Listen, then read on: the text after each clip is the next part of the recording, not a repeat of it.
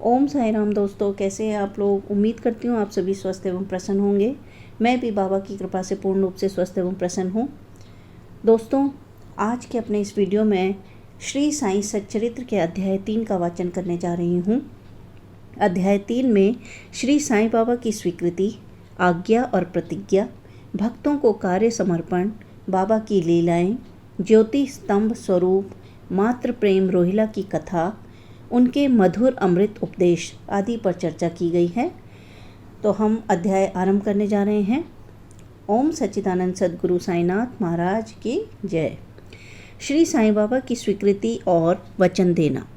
जैसा कि गत अध्याय में वर्णन किया जा चुका है, बाबा ने सच्चरित्र लिखने की अनुमति देते हुए कहा कि सच्चरित्र लेखन के लिए मेरी पूर्ण अनुमति है।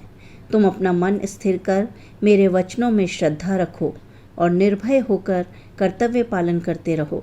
यदि मेरी लीलाएं लिखी गईं तो अविद्या का नाश होगा तथा ध्यान व भक्ति पूर्वक श्रवण करने से दैहिक बुद्धि नष्ट होकर भक्ति और प्रेम की तीव्र लहर प्रवाहित होगी, और जो इन लीलाओं की अधिक गहराई तक खोज करेगा उसे ज्ञान रूपी अमूल्य रत्न की प्राप्ति हो जाएगी। इन वचनों को सुनकर हिमाट पंत को अति हर्ष हुआ और वे निर्भय हो गए। उन्हें दृढ़ विश्वास हो गया कि अब कार्य अवश्य ही सफल होगा। बाबा ने श्यामा की ओर दृष्टिपात कर कहा, जो प्रेम पूर्वक मेरा नाम स्मरण करेगा मैं उसकी समस्त इच्छाएं पूर्ण कर दूंगा। उसकी भक्ति में उत्तरोत्तर वृद्धि होगी। जो मेरे चरित्र और कृत्यों का श्रद्धापूर्वक गायन करेगा उसकी मैं हर प्रकार से सदैव सहायता करूंगा। जो भक्तगण हृदय और प्राणों से मुझे चाहते हैं उन्हें मेरी कथाएं श्रवण कर स्वभावतः प्रसन्नता होगी। विश्वास रखो कि जो कोई मेरी लीलाओं का कीर्तन करेगा उसे परमानंद और चिर संतोष की उपलब्धि हो जाएगी। यह मेरा वैशिष्ट्य है कि जो कोई अनन्य भाव से मेरी शरण आता है, जो श्रद्धापूर्वक मेरा पूजन, निरंतर स्मरण और मेरा ही ध्यान किया करता है, उसको मैं मुक्ति प्रदान कर देता हूँ।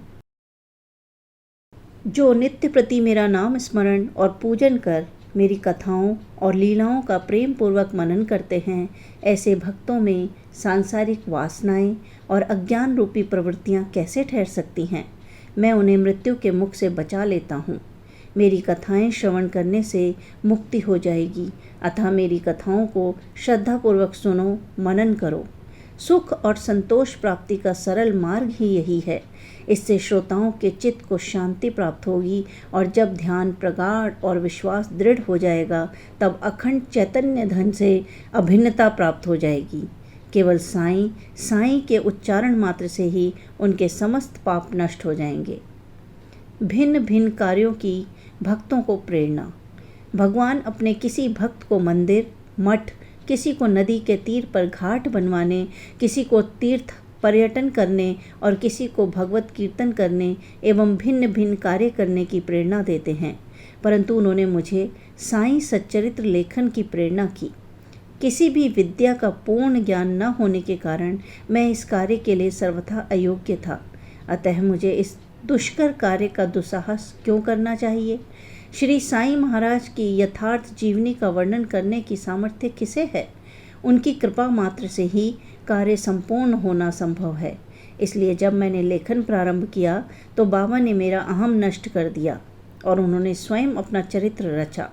अतः इस चरित्र का श्रेय उन्हीं को है, मुझे नहीं। जन्मतः ब्राह्मण होते हुए भी मैं दिव्य चक्षु विहीन था, अतः साईं सच्चरित्र लिखने में सर्वथा अयोग्य था। परंतु श्री हरि कृपा से क्या संभव नहीं है। अपनी इच्छानुसार कार्य पूर्ण करने की युक्ति वे ही जाने। हारमोनियम और बंसी को वह आभास कहाँ कि ध्वनि कैसे प्रसारित हो रही है, इसका ज्ञान तो वादक को ही है। चंद्रकांत मणि की उत्पत्ति और ज्वार भाटे का रहस्य मणि अथवा उदधि नहीं वरन शशि कलाओं के घटने बढ़ने में ही निहित है। बाबा का चरित्र ज्योति स्तंभ स्वरूप। समुद्र में अनेक स्थानों पर ज्योति स्तंभ इसलिए बनाए जाते हैं जिससे नाविक चट्टानों और दुर्घटनाओं से बच जाए और जहाज़ को कोई हानि न पहुँचे। इस भवसागर में श्री साईं बाबा का चरित्र ठीक उपयुक्त भांति ही उपयोगी है। वह अमृत से भी अति मधुर और सांसारिक पथ को सुगम बनाने वाला है। जब वह कानों के द्वारा हृदय में प्रवेश करता है तब दैहिक बुद्धि नष्ट हो जाती है और हृदय में एकत्रित करने से समस्त कुशंकाएं भी समाप्त हो जाती हैं। अहंकार का विनाश हो जाता है तथा बौद्धिक आवरण लुप्त होकर ज्ञान प्रकट हो जाता है। बाबा की विशुद्ध कीर्ति का वर्णन निष्ठापूर्वक श्रवण करने से भक्तों के पाप नष्ट होंगे, अतः यह मोक्ष प्राप्ति का भी सरल साधन है। सत्ययुग में शम तथा दम, त्रेता में त्याग, द्वापर में पूजन और कलयुग में भगवत कीर्तन ही मोक्ष का साधन है। यह अंतिम साधन चारों वर्णों के लोगों को साध्य भी है। अन्य साधन योग, त्याग, ध्यान धारणा आदि आचरण करने में कठिन है, परंतु चरित्र तथा हरि कीर्तन का श्रवण तो अत्यंत ही सुलभ है। केवल उन पर ध्यान देने की ही आवश्यकता है। कथा श्रवण और कीर्तन से इंद्रियों की स्वाभाविक विषय आसक्ति नष्ट हो जाती है और भक्त वासना रहित होकर आत्म साक्षात्कार की ओर अग्रसर हो जाता है। इसी फल को प्रदान करने के हेतु उन्होंने सच्चरित्र की रचना कराई। भक्तगण अब सरलतापूर्वक चरित्र का अवलोकन करें और साथ ही उनके मनोहर स्वरूप को ध्यान कर गुरु और भागवत भक्ति के अधिकारी बने तथा निष्काम होकर आत्म साक्षात्कार को प्राप्त हों। यहाँ सच्चरित्र का सफलतापूर्वक संपूर्ण होना यह साईं महिमा ही समझें, हमें तो केवल एक निमित्त मात्र ही बनाया गया है। मातृ प्रेम। गाय का अपने बछड़े पर प्रेम सर्वविदित ही है। उसके स्तन सदैव दुग्ध से पूर्ण रहते हैं और जब बछड़ा भूखा स्तन की ओर दौड़कर आता है तो दुग्ध की धारा स्वतः प्रवाहित होने लगती है। उसी प्रकार माता भी अपने बच्चे की आवश्यकता का पहले से ही ध्यान रखती है और ठीक समय पर स्तनपान कराती है। वह बालक का श्रृंगार उत्तम ढंग से करती है, परंतु बालक को इसका कोई भान नहीं होता। बालक के सुंदर श्रृंगार आदि को देखकर माता के हर्ष का पारावार नहीं रहता। माता का प्रेम विचित्र, असाधारण और निस्वार्थ है, जिसकी कोई उपमा नहीं है। ठीक इसी प्रकार सद्गुरु का प्रेम अपने शिष्य पर होता है, ऐसा ही प्रेम बाबा का मुझ पर था। उदाहरण के लिए वह निम्न प्रकार है। सन 1916 में मैंने नौकरी से अवकाश ग्रहण किया। जो पेंशन मुझे मिलती थी वह मेरे परिवार के निर्वाह के लिए कम थी। उसी वर्ष की गुरु पूर्णिमा के दिवस मैं अन्य भक्तों के साथ शिरडी गया। वहाँ अन्ना चिंचिकर ने स्वतः ही मेरे लिए बाबा से इस प्रकार प्रार्थना की, इनके ऊपर कृपा करो। जो पेंशन इन्हें मिलती है वह निर्वाह योग्य नहीं है। कुटुंब में वृद्धि हो रही है, कृपया और कोई नौकरी दिला दीजिए ताकि इनकी चिंता दूर हो और ये सुखपूर्वक रहें। बाबा ने उत्तर दिया कि इन्हें नौकरी मिल जाएगी, परंतु अब इन्हें मेरी सेवा में ही आनंद लेना चाहिए। इनकी इच्छाएं सदैव पूर्ण होंगी। इन्हें अपना ध्यान मेरी ओर आकर्षित कर अधार्मिक तथा दुष्ट जनों की संगति से दूर रहना चाहिए। इन्हें सबसे दया और नम्रता का बर्ताव और अंतःकरण में मेरी उपासना करनी चाहिए। यदि ये इस प्रकार आचरण कर सकें तो नित्यानंद के अधिकारी हो जाएंगे। रोहिला की कथा। यह कथा श्री साईं बाबा के समस्त प्राणियों पर समान प्रेम की सूचक है। एक समय रोहिला जाति का एक मनुष्य शिरडी में आया। वह ऊंचा, पूरा, सुदृढ़ एवं सुगठित शरीर का था। बाबा के प्रेम से मुग्ध होकर वह शिरडी में ही रहने लगा।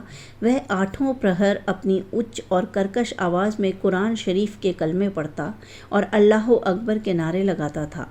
शिरडी के अधिकांश लोग खेतों में दिन भर काम करने के पश्चात जब रात्रि में घर लौटते तो रोहिला की कर्कश पुकारें उनका स्वागत करती थीं। इस कारण उन्हें रात्रि में विश्राम नहीं मिलता था, जिससे वे अधिक कष्ट और असुविधा का अनुभव करने लगे। कई दिनों तक तो वे मौन रहे, परंतु जब कष्ट असहनीय हो गया तब उन्होंने बाबा के समीप जाकर रोहिला को मनाकर इस उत्पात को रोकने की प्रार्थना की। बाबा ने उन लोगों की इस प्रार्थना पर ध्यान न दिया। इसके विपरीत गांव वालों को आड़े हाथों लेते हुए बोले कि वे अपने कार्य पर ही ध्यान दें और रोहिला की ओर ध्यान न दें। बाबा ने उनसे कहा कि रोहिला की पत्नी बुरे स्वभाव की है और वह रोहिला को तथा मुझे अधिक कष्ट पहुंचाती है, परंतु वह उसके कलमों के समक्ष उपस्थित होने का साहस करने में असमर्थ है और इसी कारण वह शांति और सुख में है। यथार्थ में रोहिला की कोई पत्नी ही न थी। बाबा का संकेत केवल कुविचारों की ओर था। अन्य विषयों की अपेक्षा बाबा प्रार्थना और ईश आराधना को महत्व देते थे। अतः उन्होंने रोहिला के पक्ष का समर्थन कर ग्रामवासियों को शांतिपूर्वक थोड़े समय तक उत्पात सहन करने का परामर्श दिया। बाबा के मधुर अमृत उपदेश। एक दिन दोपहर की आरती के पश्चात भक्तगण अपने घरों की ओर लौट रहे थे। तब बाबा ने निम्नलिखित अति सुंदर उपदेश दिया। तुम चाहे कहीं भी रहो, जो इच्छा हो सो करो, परंतु यह सदैव स्मरण रखो कि जो कुछ तुम करते हो वह सब मुझे ज्ञात है। मैं ही समस्त प्राणियों का प्रभु और घट घट में व्याप्त हूँ। मेरे ही उदर में समस्त जड़ व चेतन प्राणी समाये हुए हैं। मैं ही समस्त ब्रह्मांड का नियंत्रण करता व संचालक हूँ। मैं ही उत्पत्ति, स्थिति व संहारक हूँ। मेरी भक्ति करने वालों को कोई हानि नहीं पहुँचा सकता। मेरे ध्यान की उपेक्षा करने वाला माया के पाश में कैसे फंस जाता है। समस्त जंतु, चींटियाँ तथा दृश्यमान, परिवर्तमान और स्थायी विश्व मेरे ही स्वरूप हैं। इस सुंदर तथा अमूल्य उपदेश को श्रवण कर मैंने तुरंत यह दृढ़ निश्चय कर लिया कि अब भविष्य में अपने गुरु के अतिरिक्त अन्य किसी मानव की सेवा न करूँगा। तुझे नौकरी मिल जाएगी। बाबा के इन वचनों का विचार मेरे मस्तिष्क में बार बार चक्कर काटने लगा। मुझे विचार आने लगा, क्या सचमुच ऐसा घटित होगा? भविष्य की घटनाओं से स्पष्ट है कि बाबा के वचन सत्य निकले और मुझे अल्पकाल के लिए नौकरी मिल गई। इसके पश्चात मैं स्वतंत्र होकर एक चित्त से जीवन पर्यंत बाबा की ही सेवा करता रहा। इस अध्याय को समाप्त करने से पूर्व मेरी पाठकों से विनम्र प्रार्थना है कि वे समस्त बाधाएं जैसे आलस्य, निद्रा, मन की चंचलता व इंद्रिय आसक्ति दूर कर और एकचित हो अपना ध्यान बाबा की लीलाओं की ओर दें और स्वाभाविक प्रेम निर्माण कर भक्ति रहस्य को जानें तथा अन्य साधनाओं में व्यर्थ श्रमित न हों। उन्हें केवल एक ही सुगम उपाय का पालन करना चाहिए और वह है श्री साईं लीलाओं का श्रवण। इससे उनका अज्ञान नष्ट होकर मोक्ष का द्वार खुल जाएगा। जिस प्रकार अनेक स्थानों में भ्रमण करते हुए भी लोभी पुरुष अपने गड़े हुए धन के लिए सतत चिंतित रहता है, उसी प्रकार श्री साईं को अपने हृदय में धारण करो। अगले अध्याय में श्री साईं बाबा के शिरडी आगमन का वर्णन होगा। श्री सद्गुरु साईनाथार्पणमस्तु। शुभम भवतु। ओम सच्चिदानंद सद्गुरु साईनाथ महाराज की जय। ओम साईनाथ। तो दोस्तों, अगर आपको मेरा वीडियो पसंद आया है तो वीडियो को लाइक कीजिए, शेयर कीजिए, कमेंट कीजिए और चैनल को सब्सक्राइब कर दीजिए और घंटी दबाना मत भूलिएगा। जो लोग पहली बार मेरा वीडियो देख रहे हैं वो पुराने वीडियो देखने के लिए नीचे डिस्क्रिप्शन बॉक्स में दिए गए लिंक पर जाकर देख सकते हैं।